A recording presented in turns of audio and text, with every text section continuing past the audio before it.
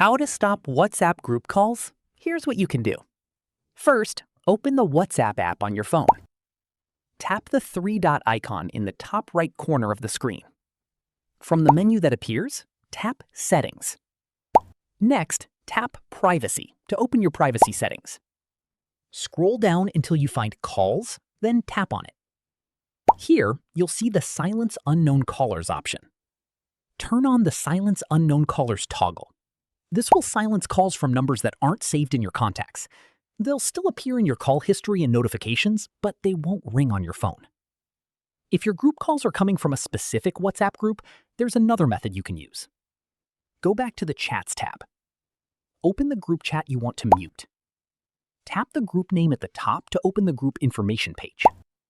Scroll down and tap Notifications. Under Calls, tap Mute Notifications.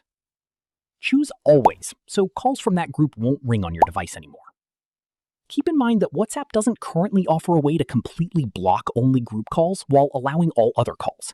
Using these two methods is the best way to reduce unwanted group call interruptions. That's it. If this tutorial helped you, don't forget to like this video, subscribe for more quick and easy WhatsApp tutorials, and I'll see you in the next one.